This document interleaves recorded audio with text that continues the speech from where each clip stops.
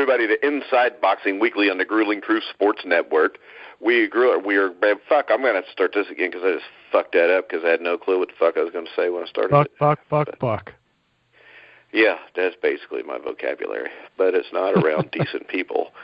You guys are here, though, so that'll tell you whatever. It was Katy Perry tonight, the VMAs that I was watching just before this. Fuck Katy Perry. I guess you could do that stuff. Yeah. You ever see her without makeup? She's scary looking. I don't know. I don't know about that. All right. Are we going to start a show? We could do a Katy Perry show. Yeah, let's do it. All right. Here we go. Welcome, everybody, to Inside Boxing Weekly on the Grueling Truth Sports Network. The Inside Boxing Weekly show is brought to you by Power Plus Mouth Guards, Replenishing Care Technologies, Gridiron Mo, and now MyBookie.ag. I'm your host for the Boxing Weekly show, Mike Goodpaster, and right now I want to welcome in my co-host, Dangerous Jeremiah Preisser. What's up, everyone? Excited to be here. Always excited to be here. Let's talk some boxing, guys. And, of course, last and certainly least, Bad John Einreinhofer. Great to be here, Mike, and good to have my bookie on board. We do a lot of discussion of handicapping fights here, so I think it's a good fit. You do a lot of discussion on the handicapping in the fights. You always talk about the odds, so maybe we'll do a little 5-minute every week where you just talk about the odds for the fights. But let's go ahead and get started with this past weekend. We got a lot to talk about. Some good, some bad, some just plain out weird. We'll start off with Torino Johnson, who was stopped in the 12th round by Sergey Devrichenko. I know that's probably wrong, but hey, I got the D part right. We'll start off with Jeremiah because I know you're a big fan. What do you think of Devrichenko? Yeah. Well, I think John's a pretty big fan as well. But I really like what I've seen out of Devrichenko. His nickname is just fitting. You know, they call him the technician, and when you watch him in action, that's exactly what I think. I mean, his sense of distance is really, really good. He puts his punches together better than just about anyone, you know, aside from some of the, you know, real upper world class kind of guys. But I just really like what I saw from him. I mean, Johnson looked big. He looked strong. He came right after Devrichenko, but, Sergey kept using the angles, kept putting his punches together, kept breaking him down to the body, and eventually he got him out of there. I was impressed. I mean, I think this guy's, in terms of talent, I think he's a top 5 or 6 guy. I mean, you know, the middleweight division's looking pretty good when you got Golovkin, Alvarez, Charlo, Jacobs, Lemieux, Devrichenko, Saunders. It's a pretty good division now, and I think Devrichenko's right up there with the best of them. I don't see him beating Golovkin because, you know, that's who's next in line for him apparently. But he's going to be tough to handle for a lot of guys. All right, John, your opinion? Yeah, I like him also. I also think he lives up to the nickname. I think when you watch him fight, he's got every punch that's out there in his arsenal, and he throws every punch perfectly. Really, my only criticism of him is, despite the very high KO percentage, you know, he's a solid puncher, but he's not a great puncher, and he's only 5'9". If he had just a hair more one-punch pop, I think that he might be a threat to get to the very top. But I think he's going to be tough for anybody to handle. I thought maybe he would have gotten Johnson out of there a little bit earlier. It ended up the way I figured it would. It's just Johnson was able to hang in there, you know, a little bit longer than I expected. Otherwise, I'd say the way the fight played out was just the way I thought it would. You know, Devrichenko was never in any danger. He was, you know, winning all the rounds, total control, and I like though how he's been getting people out of there. I mean, I like him a lot. I think really he's probably good enough to be a threat to anybody. I don't know if he gets past some of the guys at the very top in the middleweight division, but I agree with Jeremiah. It's improved, and you know, with the junior weight classes, we don't need. There's let's face it. There's just in this day and age, there's just no difference from somebody who's fighting at 154 not being able to fight at 160 pounds and be competitive. That just doesn't happen. So, guys that have been there for a while. So I think that that weight area in boxing is looking very good right now. We had Miguel Cotto, who was in that weight area. Didn't stop him. He should have stopped him, but Kamagai was a tough guy, John. What was your take on Cotto? Where do you think he goes from here, and how successful can he be? I don't think he can be I don't think he looked terrible, even though he didn't get Kamagai out of there. But let's get this in perspective, though. Kamagai had lost to Alfonso Gomez, a guy that Cotto blew out. You look at Kamagai's record. I mean, he's had these two fights recently with Jesus Soto Carras, who was retired and then came out of retirement and had a draw with him, and then Kamagai stopped him in the rematch. But Kamagai had lost to Alfonso Gomez, Guerrero. He had a win against Nelson Lupe, who's 8-5 mixed in there. So, I was surprised kind of how hard they fought, considering Cotto's 36 and Kamagai's 34. I'll give him credit for that. And, Kamagai's a tough guy, and I have a lot of respect for Cotto, but I wasn't sure where he went from here either, Mike, but I take this stuff really seriously, the way boxing TV network politics go. I think we got a good clue when the HBO guys said in the pre-fight preview that all of a sudden Cotto was going to be looking at the winner of Golovkin and Canelo Alvarez, and I don't have any reason to disbelieve that, because all these guys fight for HBO. Golden Boy's got Cotto now. We know that they have Canelo. Of course, Golovkin's with Loeffler and K2, but they need dance partners, so to speak. So, and Golovkin's on HBO. So, whether we want that or not, especially if Canelo wins, I don't need to see Canelo Cotto 2 when Cotto's 36 years old. But if HBO says that's what we're going to get, that's probably what we're going to get. Yeah, and Jeremiah, I would say that makes sense. I think it makes sense for Triple G, who's looked a little older. If he gets the win against Canelo, he gets Cotto, which is a safe next fight. He can cash in, make a lot of money. Cotto Canelo is always going to do probably good box office. What's your take on Cotto and where he goes from here? Well, I mean, I think that's a tough last fight if that's true. I mean, but that's how he gets paid the best, though. And if you're going out your last fight, you might as well make as much money as you can. No. I agree. I mean, I just don't know if. I mean, granted, Golovkin gets by the fight. I just think that's a horrible match for Cotto at this juncture. But like you said, I mean, a lot of it is about money. But I know part of the reason he's getting out of the sport is because his family's been, riding his butt for a long time, and they're kind of tired of seeing him taking punches. But if it happens, it happens. I mean, there are much better options, I think, at 160 than Cotto. Cotto, to me, yeah, he didn't stop Kamagai, and to Kamagai's credit, I like Kamagai a lot. He's damn near inhuman with the amount of punishment that he can take. I mean, he took, God, what were the punch stats? He took something like 300-plus power punches from Cotto during the fight, and a lot of them were flush, right on the damn chin, good number of them to the body, and he was just brushing them off as if they were barely affecting him. I mean, that's not something you often see even at middleweight. I mean, look at what you're saying is he's kind of like the Japanese version of Randall Tex Cobb. He was, and they were actually making a lot of comparisons to Tex Cobb during the fight. Of course, Roy Jones and Lampley and everybody said that Kamagai was more competitive than Tex Cobb was against Holmes. Actually, Kamagai, to his credit, was all over Cotto. Like white on rice the entire night. He just wasn't that effective because he's so raw. He's not a kind of guy who has a lot of nuance. He's not flicking the jab out there and whatnot. But Kamagai, to his credit, was really tough. One thing that I wanted to mention before we move on, and I don't hear anybody mentioning this, and I know we rail against the alphabet organizations, and I'm going to do it once more here because this weekend really highlighted it.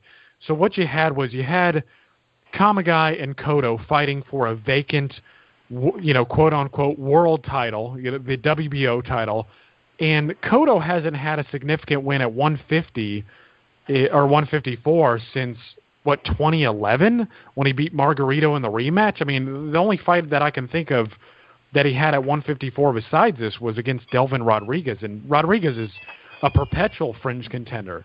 So you had a vacant, and obviously Kamigai did nothing to earn a title shot, and then you had the WBC whoring themselves out, with the money belt, and then you had the IBF drop their weigh-in mandatories, their second-day weigh-in mandatories, because they didn't want another Jacobs incident. So to me, it was all a farce, but, Cotto move on to bigger things, and he'll collect a big payday here. All right, that brings us on to Tabiti against Cunningham. Tabiti won a unanimous decision. I'll start with you, Jeremiah. I think if this was 5 years ago, Steve Cunningham, I think he would have knocked out Tabiti. I wasn't impressed. He just looked like another one of Floyd's guys that sits there and tries to pot shot you, doesn't throw enough punches. What was your take?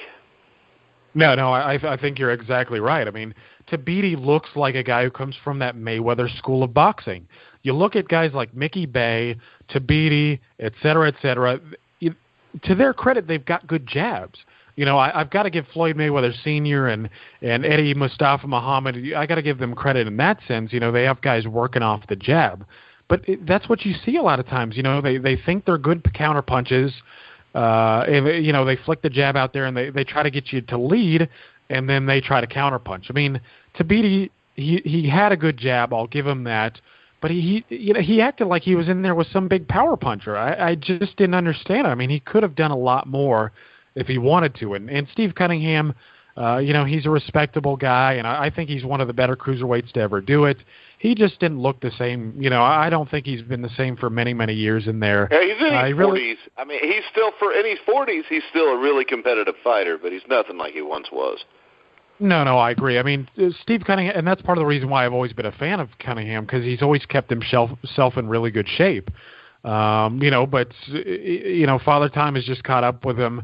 Tabiti, to me, he's not going to make much of an impact at cruiserweight, but it's a solid win for him, and it looks good on his resume.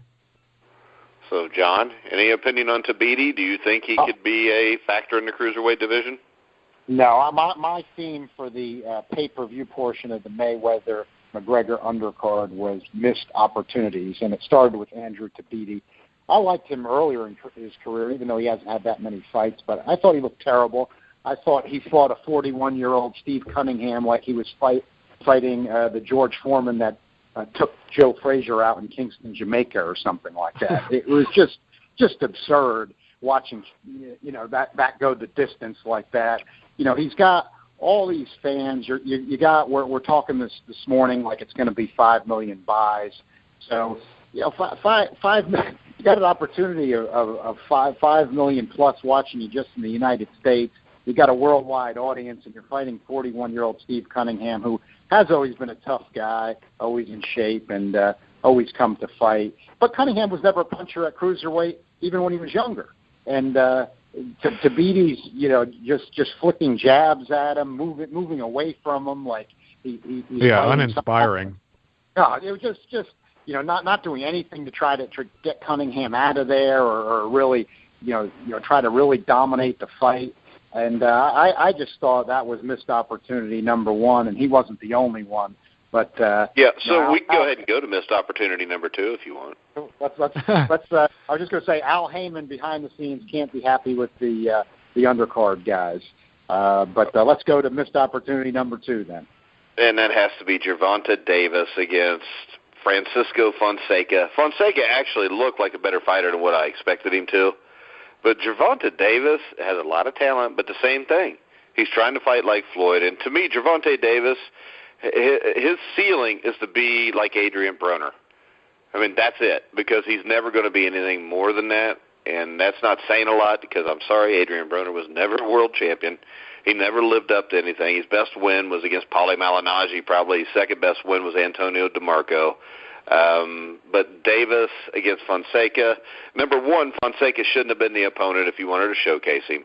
Number two, if he is, he's got to get Fonseca out of there in 2 or 3 rounds. What do you think, John? Well, I'm just gonna be honest. I thought that these last few fights, I thought Gervonta Davis was gonna, and I kept saying it. I thought it was going to be a short run because of his style. But I thought we might be looking at a miniature Mike Tyson here. I thought he was terrible last night. He was completely out of shape. He had a completely overmatched opponent, who I agree with you, though, Mike, was a bit better of a fighter than I expected. We're not used to seeing a lot of guys from Costa Rica in major fights. But Davis was just acting, just acting foolish in there. He was out of shape. You could tell he wasn't in shape to throw a lot of punches. And then the finish of the bout was just all sloppy and ridiculous. And again, this is a huge opportunity. You know that I'm going to give Floyd Mayweather some credit with his TMT.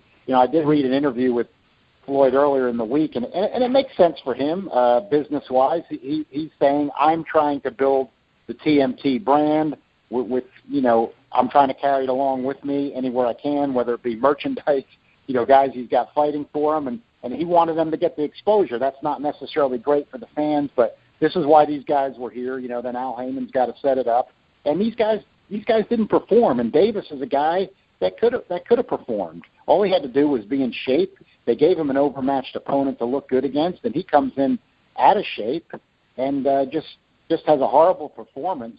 If I have no idea how this would necessarily work, but if Floyd Mayweather, who is always in shape, whether you love him or hate him, nobody can argue that the man is always in shape. He's always been in shape.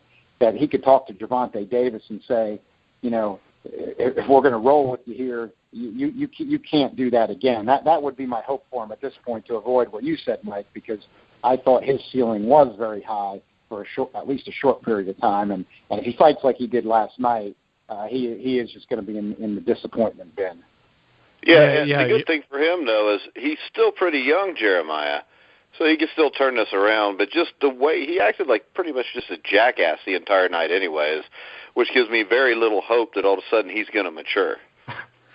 Yeah, what's crazy to me is that a lot of these guys idolize Floyd Mayweather, and as you guys noted, if there's one thing Floyd Mayweather could get right, it's his training.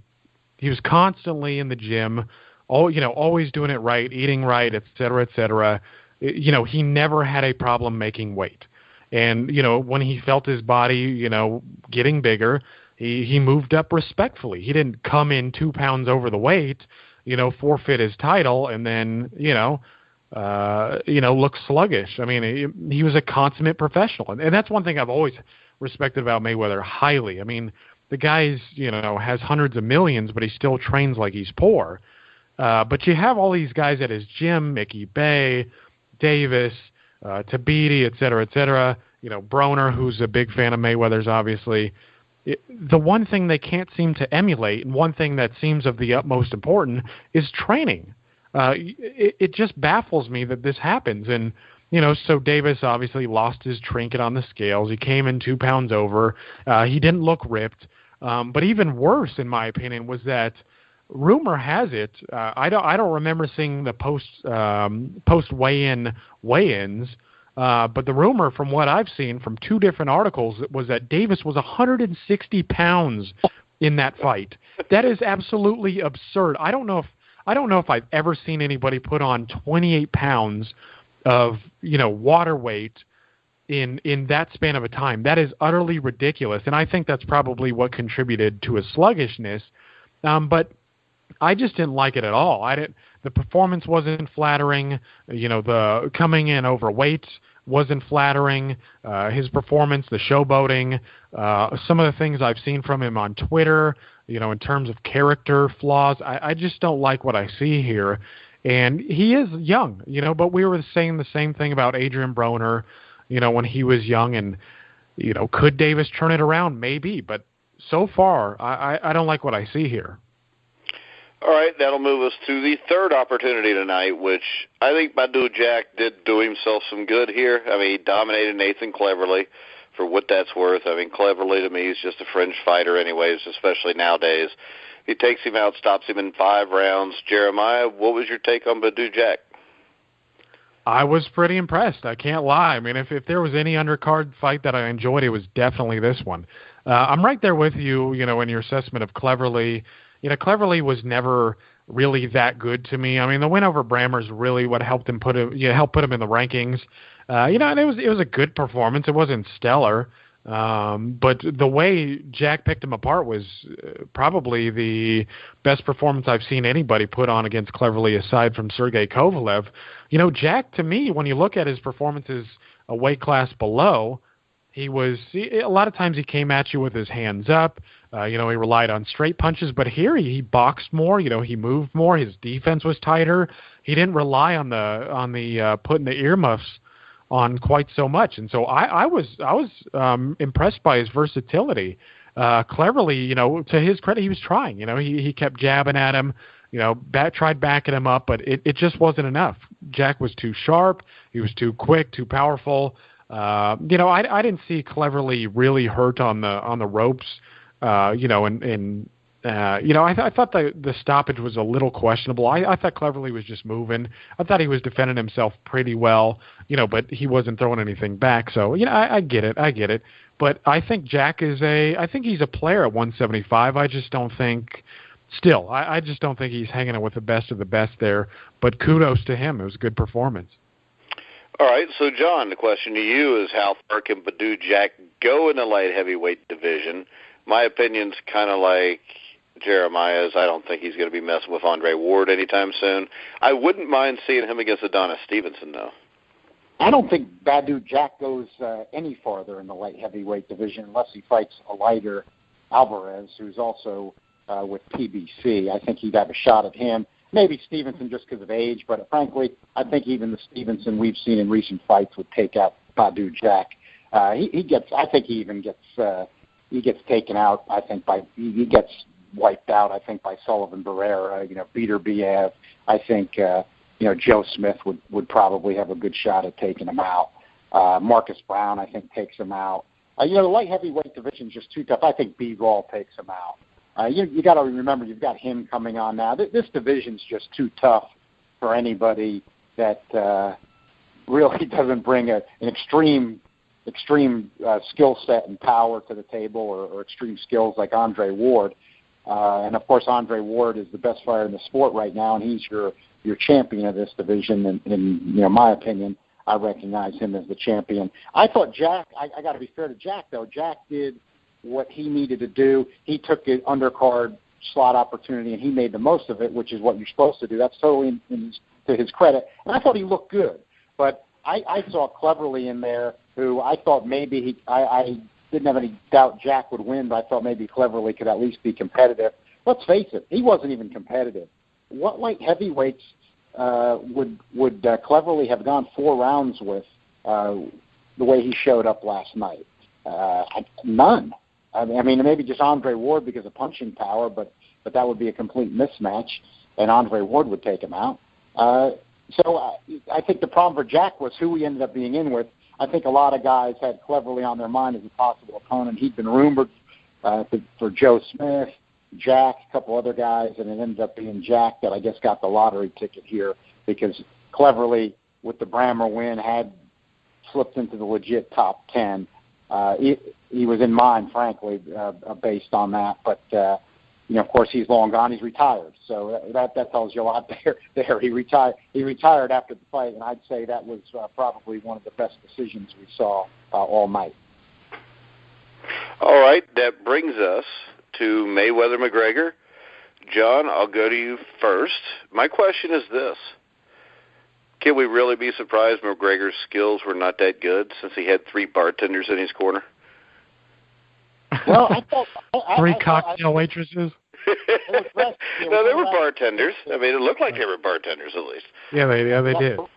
We have Corona girls, and McGregor had Irish bartenders, I guess. Yeah. But I thought McGregor did much better than I expected him to. I actually scored the fight like Steve Farhood did on the Showtime pay-per-view card. Matter of fact, I think I gave McGregor even one more round. I think there was a lot of people today who were having opinions that weren't based on what really happened last night. Some people that maybe didn't see it live, things like that. I thought in the first 4 rounds or so, 5 rounds, McGregor was doing that, getting a decision strategy that I thought would be his best option. I didn't think he would be able to do the one-punch thing, and he couldn't.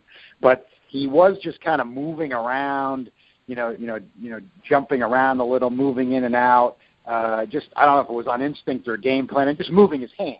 They weren't hard shots or anything, but he was moving his hands. And Floyd Mayweather wasn't punching. He'd been out of the ring almost 2 years. He's a 40-year-old guy, and I think in the end, we talked about Floyd Mayweather's conditioning already. He came in at a tight and ready 149.5, which takes extreme amount of discipline for a guy that's 40 years old to come in under the weight that much, which I think is a good thing. Shows how hard he does train, and I think he needed it because he'd been out of the ring, and he wasn't getting rhythm until the second half of the fight, and you could still see even then he was struggling to get his offense even when he was trying to open up.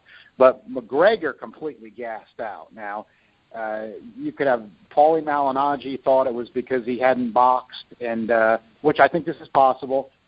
The mental pressure and physically doing things he's not used to doing, that was too much for him, and that's why he gassed out. I saw people speculating on social media today. I didn't actually read any articles on it, but that, McGregor just might not have been in good shape. We'll have to see if there are any reports like that come out. But, I mean, he just gassed. I mean, that was obvious, and he had nothing left at the time of the stoppage. And Floyd Mayweather's conditioning, I think, really paid off in this fight. But it was a much better fight than I expected. I thought that kind of saved the undercard because everybody's looking for the main event, and we thought we might get a bad main event, and maybe some people would show some things on the undercard. But what we got was a good main event with not, except for Jack, nobody really showing too much on the undercard. And I thought the event ended up coming off well. I think it was a win for the money fight. Mayweather and McGregor, Al Heyman, Showtime, that whole cast came out smelling like a rose last night. So, John, you had McGregor winning like 5 or 6 rounds?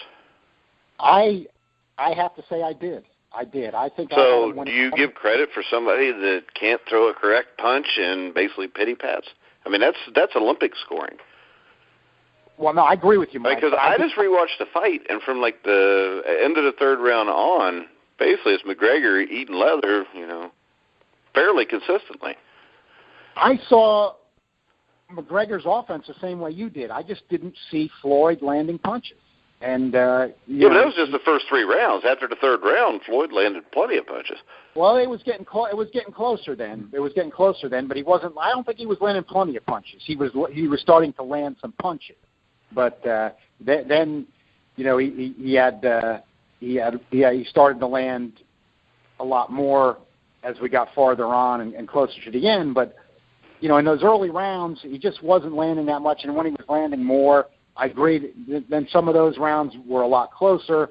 But I just thought McGregor was just moving his hands enough, and Floyd wasn't doing anything particularly damage. He wasn't particularly doing any volume, and a couple of close rounds there that I gave to McGregor. But I had it similar to Farhood.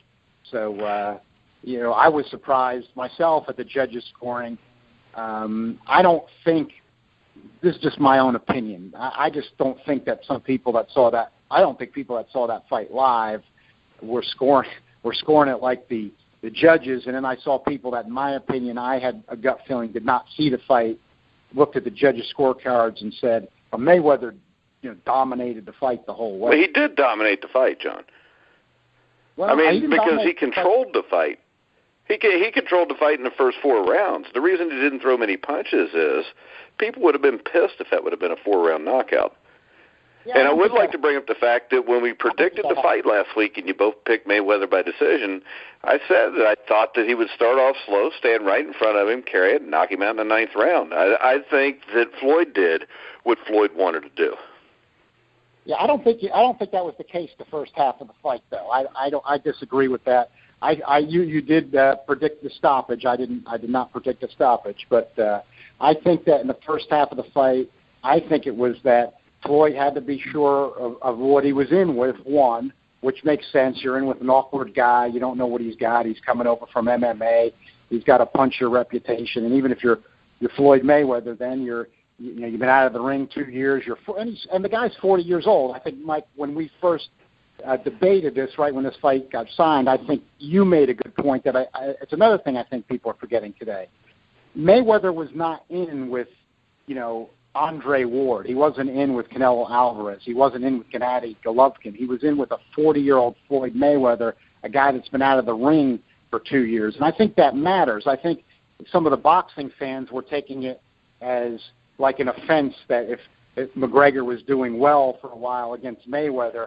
But I think that's because Mayweather is a 40-year-old man that was out of the ring for 2 years. And I think Floyd told the truth after the fight. I believed him there. I don't think that was gamesmanship. I think he said, my strategy was for this guy to get tired, and that wasn't something necessarily we're talking about going in. But I think that's what he did. He was, walking down McGregor more and more as the fight went on. And I think that was his plan going in, John. Yeah, I think it was. I believe him there. I think it was his plan going in. But he just, was still giving away rounds. He was still giving away rounds. He wasn't dominating the fight in the first half of the fight. Yeah, but the question is this: when you're going into the 9th or 10th round, did you have any doubt who was going to win the fight? Not in the 9th or 10th round. I think that's fair. I think that in the 9th or 10th round, then. So you had doubt on who was going to win the fight before the 9th round? Yes. Okay, Jeremiah. I think that, and let me just clarify that before we go to Jeremiah, just real quickly.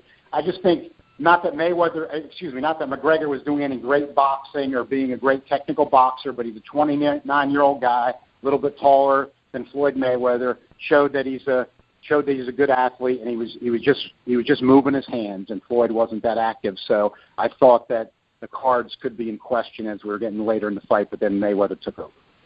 All right, Jeremiah, real quick. This is what I saw.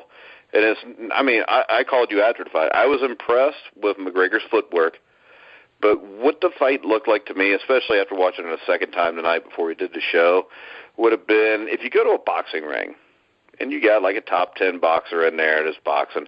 I've seen Adrian Broner do it, just to bring up the fact. If you fight somebody that's not really experienced, they'll basically just stay in front of them, let them shoot their third, let them shoot what they've got, stand there, smile at them, take it, and then knock them out.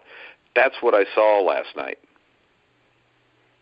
Well, and I can see, I see that. The only problem with Floyd is he just wasn't moving his damn hands in the early going. That was, what did they say? He threw 5 punches in the first round, 6 punches in the first round. Yeah. I understand.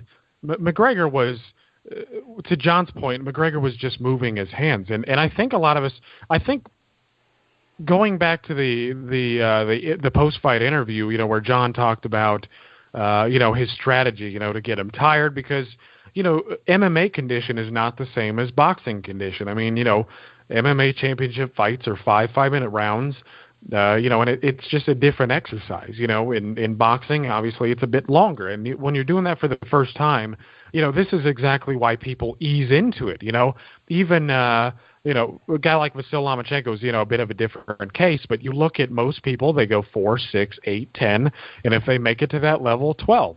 So for McGregor to jump from 0, or these 25-minute fights, which, again, are a different exercise, to a 12-minute fight, it's a big jump. It really is taxing, and it's tough on your body. And I think not only did Mayweather reveal that was the strategy that he was shooting for in the beginning, but I also think that the beginning of the fight was telling in the interview itself. He said they asked him, were you surprised by how good he was? And Mayweather said yes. And I think a lot of us were. It's not as if McGregor went out there and he was stellar, but there were a lot. You could tell that his learning curve was sharp. He obviously did some good sparring leading up to the fight because I don't think any of us would have really expected him to counter Floyd Mayweather's right hand as well as he did sometimes. And the uppercut that he landed in the first round was pretty good. Yeah, and I think all that was a byproduct of his footwork. I think so, too. I think a lot of us, and I think you both can agree, there were a couple times when McGregor switched stances really quickly and then threw off a left hook. That was pretty impressive, man. Even for a world-class fighter, you don't see guys oftentimes who can do that sort of stuff. But if he could learn to sit down on his punches, he'd probably do pretty good. And I remember us talking, after the fight as well. If McGregor had stuck with boxing from an early age, he might be a pretty damn good fighter. And I was pretty impressed, too, that Mayweather was able to push McGregor back. I mean, McGregor was the bigger man, and McGregor was 172 pounds. Yeah. And Mayweather was obviously not much more than he weighed in at the day before, because this is a weight class higher than his natural class anyways. So I was really impressed by that with Mayweather. I mean, he, like McGregor said in the post-fight interview, it's not that Mayweather was blindingly quick. You could tell that he's lost a little bit off his fastballs, and it wasn't that he was particularly powerful, but he was so composed. You could see that Mayweather has just learned so much in his 49 fights. He just kept at him and kept at him and kept at him. My problem with Mayweather's strategy, and I think this is part of what made it closer than a lot of us thought it would be, is that Mayweather was just relying on the same right hand time and time again. He wasn't using his jab like he would typically do against other fighters. He just kept throwing the right hand, and I think, he believed he could get by with it, and obviously yeah, but Jeremiah, don't right. you think if maybe he's lost a little bit, that would be the reason he would go with just throwing that straight right hand? Well, and I think it's proven so effective against southpaws in the past. That's your go-to weapon. Yeah, but what I'm saying is, if you're losing it, it's hard to throw a combination. It is. I just think he could have mixed up his punches a bit better. I mean, he was kind of predictable, and that's not something you typically say about Floyd Mayweather Jr. Well, I think a lot of that, John, could be just the fact that he wasn't really worried about McGregor hurting him, so he was just going to do it that way, make it look more exciting for the fans, and get the result he wanted.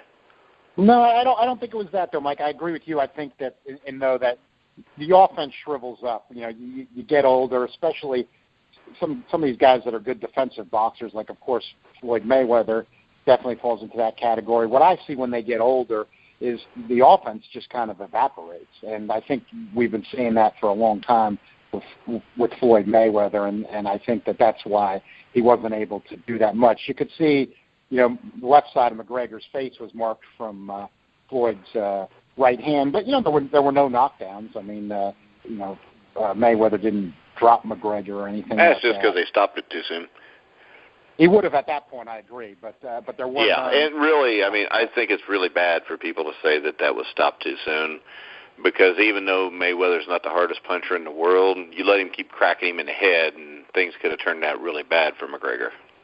Yeah, I mean, I think McGregor was going to get put down any moment. The stoppage was.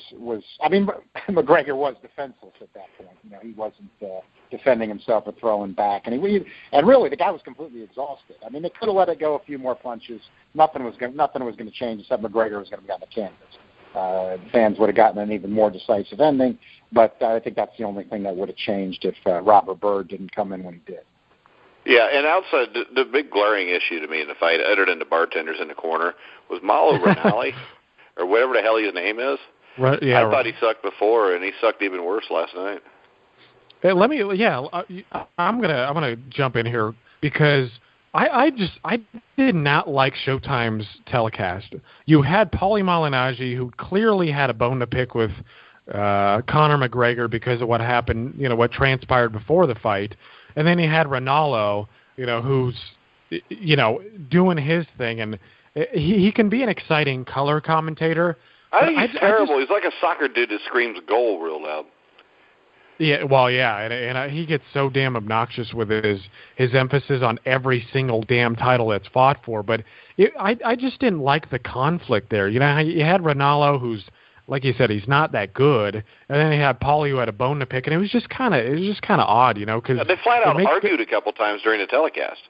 Yeah, when Floyd Mayweather turned his back, Malignaggi. Yeah, they should have just let me and John call the fight. Honestly, they should have gotten somebody else, because I didn't like it going in. I mean, Malignaggi was just, and you see what Malignaggi was doing afterwards too. He took to Twitter and he's just bashing McGregor, et cetera, et cetera. We were talking about remember, Mike, we were talking about Paulie Malignaggi versus Conor McGregor. Yeah, I think it's going to happen. They are talking about it happening. That's the thing. You know what I want to see?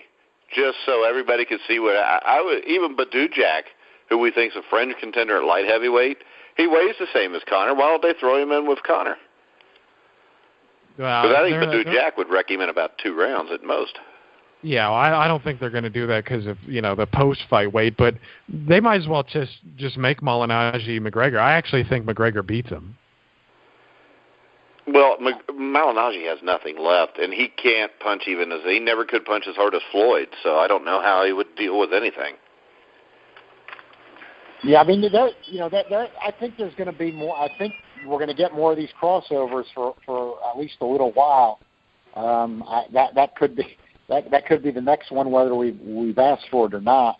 I thought Showtime basically had a good night. Except the title, they are the worst with emphasizing the meaningless titles, and I think last night was probably their worst night ever of doing that. And I think it was the worst time to do that because, again, you had a lot of casual fans and viewers, and don't start making like everybody and their mother has a title and. Well, because almost everybody and their mother does have a title. Yeah, anymore. Everybody's a damn champ.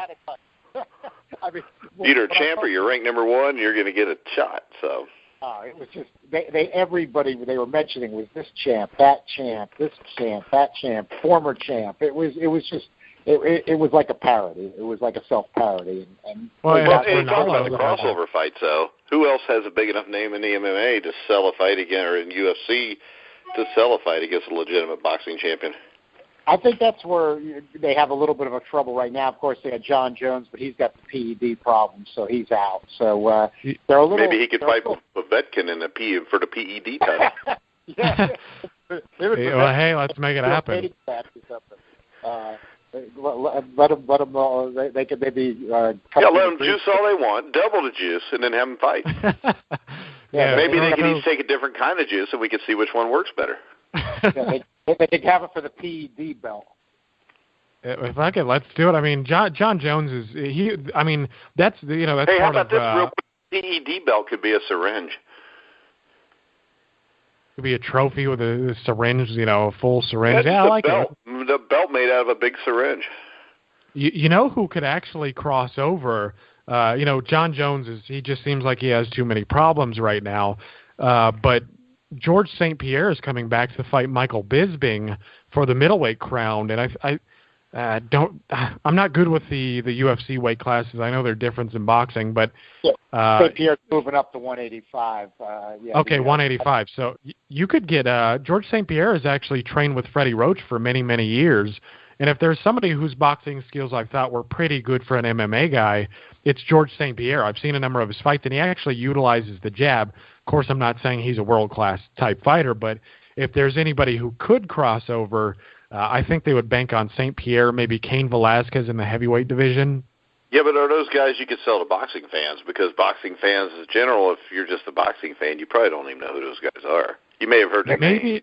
Maybe St. Pierre. Miocic is selling big. He sells big in Ohio, up in Cleveland. Stipe Miocic, the heavyweight champ.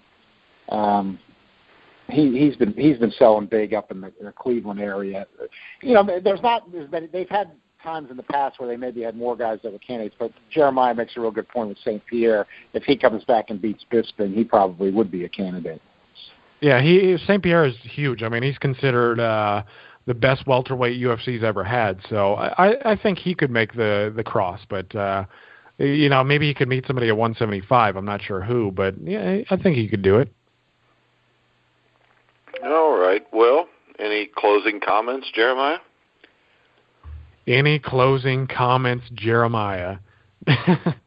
Well, to be honest with you, I think that the night went about as good as the main event. The Davis thing, all that, scrap that. I don't really care about that. Yeah, but come on, let's face it. If it would have Triple G and Canelo's undercard's probably not going to be that stellar either. No, well, I mean, we don't know what's on there. Yeah, I don't. Yeah, exactly.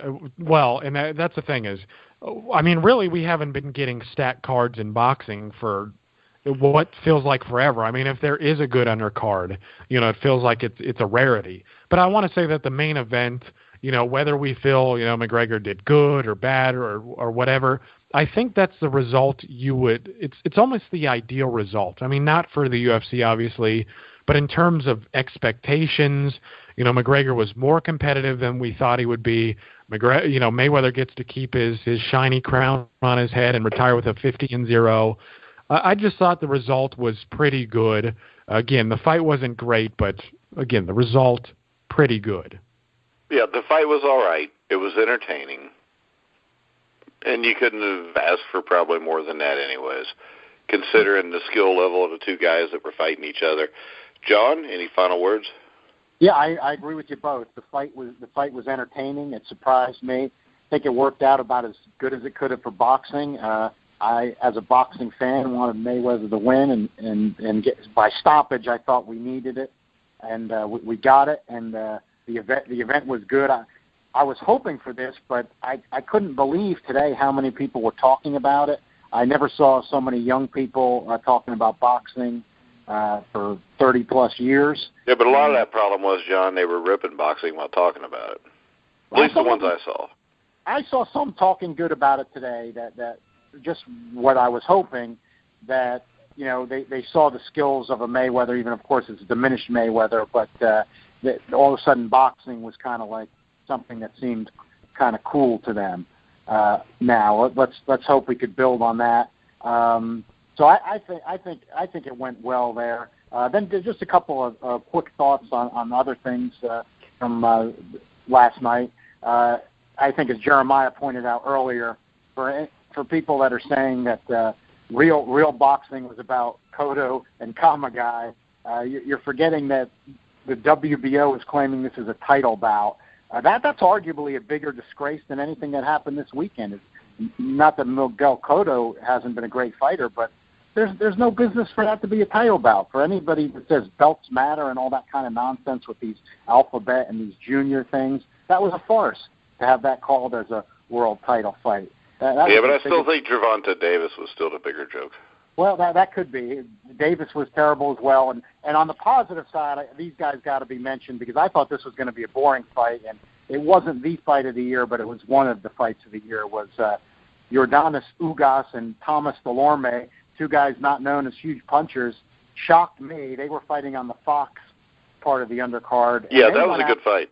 They went at it like the guys on the undercard of the pay-per-view event should have, and I want to give a shout-out to both of those guys and a credit to both of those guys, especially Delorme, who, frankly, his heart was questioned previously. And when you see a guy like that who makes a last stand like that, I mean, he was down twice. He came back. Our favorite referee, Vic Draculich, was terrible, taking points away from Delorme. I think Ugas still would have edged it out, but it would have been razor thin. But Draculich is just makes some of the just craziest decisions you'll ever see in boxing. He's just terrible. And for two guys to fight that hard, and for Draculich to inject himself in that was just a shame. But those two guys really deserve credit. Yeah, they really deserve credit for what they did. And Vic Draculich looks a little bit like John Kerry. He does look a little bit like John Kerry, but his name I don't like John Kerry, so there's one strike right there before I even ever saw him referee a fight. I mean, Draculich should not a fight that good. He should have just stayed. He should have stayed out of the way. And Ugas and Delorme should be what those other guys should have done. And Dadu Jock did his job, but that's the way the other guys should have been fighting on that paid portion of the McGregor-Mayweather undercard. All right, guys. We'll wrap it up for this week. No more Mayweather-McGregor talk, thank God. Yeah, Golovkin-Canelo, man. Hey, that's what we got to look forward to. Golovkin-Canelo is next. And not only that, well, before the weekend before that, we got that triple header with Inoue in them. Oh, God, that's going to be – oh, man, I'm salivating for that one. Yeah, so we will definitely have something to talk about that week. All right, we're going to go ahead and wrap it up. I want to remind everybody to download the Grueling Truth app off Apple iTunes. Go to grulingtruth.net to check out all of our boxing stories, football, baseball, basketball, hockey, every sport that matters. Of course, there's no soccer. Also, I want to remind everybody that we will have the college football weekly pick'em show starting up. Looks like Tuesday night with former Alabama offensive lineman Bill Searcy, who won back-to-back national championships in 78 and 79, I believe it was. Also, next Sunday night, we will have the NFL season preview show with myself, Matt Andrews-Scavage, Brian Schmidt, Oz Davis, and former San Francisco 49er and former CBS analyst Randy Cross. So I want to remind everybody you can also check us out on iHeart, iTunes, TuneIn, Spreaker. Anywhere you find sports podcasts, you'll find The Grueling Truth. So for Jeremiah Preisser, John Einreinhofer, I'm Mike Goodpaster. You've been listening to The Grueling Truth, where the legends speak.